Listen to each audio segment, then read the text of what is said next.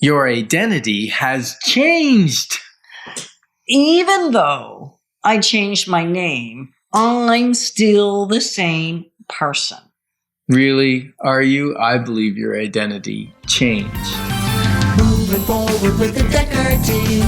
Moving forward together with the Dekker Team. Well, we're excited and honored actually, that for over 30 years, we've been able to come alongside you, not only buying and selling and investing in real estate over 3,117 times, coming alongside you to build your fun, build your finances, build your faith, and even strengthen, heal, and flourish inside of your relationships. So really 30 years of building your life, your wealth, and your home.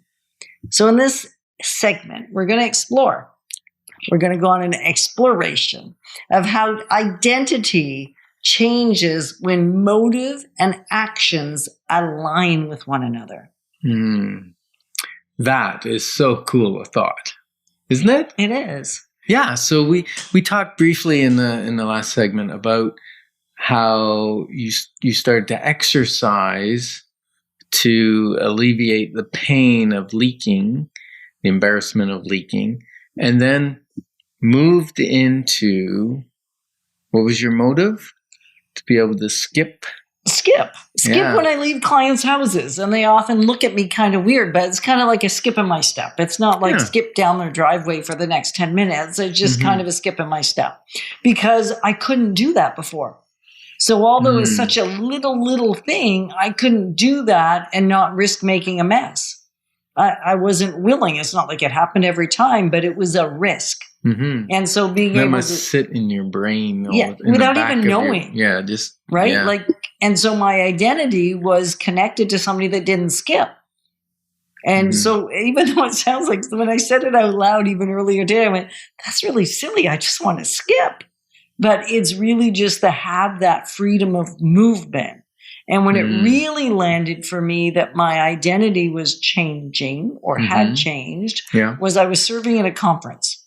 Okay, yeah. And previously, when I would serve somewhere like that, I would not want to do anything where I was going to have to move quickly. I think you were a mic runner. I was a mic runner. Which is kind of funny, because a lot of time, and I've seen other people do it, and they're a mic walker, even though they're called a mic runner. Right. So at a conference, and it was tight quarters, and I had to kind of bound over not tall buildings, but I did have to bound over people in between chairs and between cushions, because it was tight space and there really wasn't enough room for the 35 or so people that were participating as part of the speaking conference. And so I had the mic, and I would gracefully, which was also a real shock to me, be able to bounce in and out or bound in and out of the different groups of people, and then crouch down and then get up readily again when the next person, and move around the room freely. And at the end of the conference, the coach called me up and she presented me to the group, which was kind of odd, and just called me a gazelle. And it was like, I've been the furthest thing from that my entire life, because I was just afraid to move for other reasons than what we chatted about earlier. But I was afraid to really move. I looked awkward. I was stiff. I wasn't fluid. And so I just stopped doing it. And so when she said that to me, it was like I started bawling, actually, because it landed how far I had come. And so with that new identity, as you share, I now could move freely and fluidly. And therefore, the whole skipping thing became my thing. Okay. So now that your identity became fluid, ease of movement, because that became your identity. Now, what actions lined up with that? So your motive was to be fluid. And so you've got some other actions that started to line up to your new identity of being somebody that's like that. Because we did exercise on and off through the years, but my favorite phrase mostly off. Mostly off. I know, me mostly off. I would say I hate exercise. Yeah. Right? That was your identity. It's a person that dislikes exercise. Right. I didn't like it. I didn't want to do it. Walking was okay. Walking was always fine because there was no risk unless I tripped. Then it was a mess. But if I could just walk, that was safe. But that was the only exercise that I felt confident in. Right.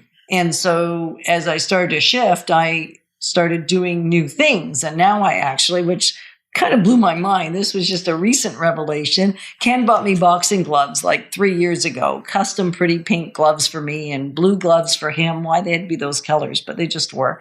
Anyway, and so I left them on the shelf.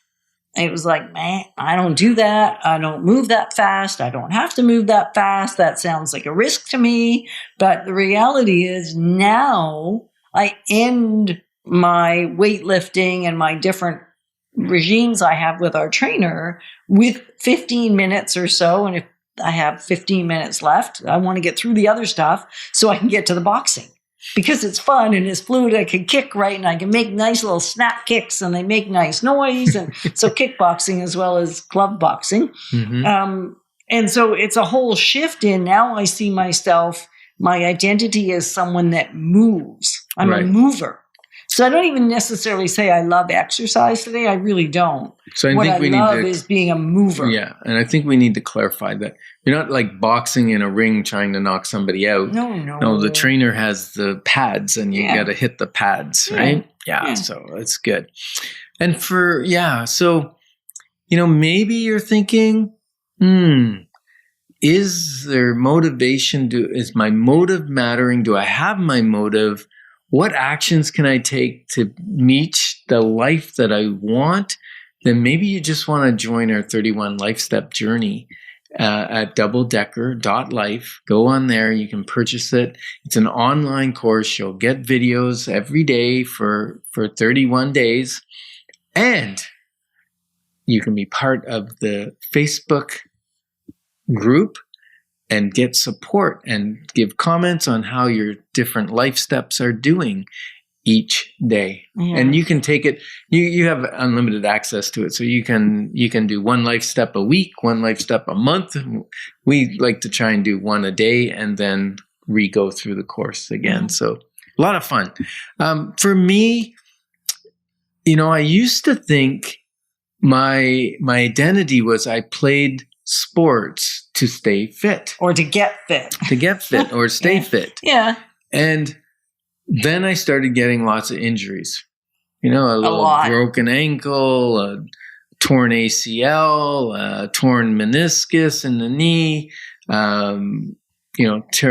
torn muscle, all kinds of weird injuries that were caused by not being fit.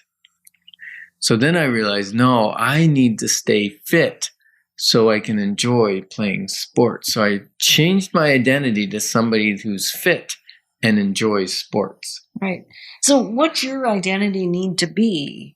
Like, you get to decide this thing. I mean, the amazing thing is I don't have to say to you, if you could choose, what would you choose your identity to be? Because you actually get to choose.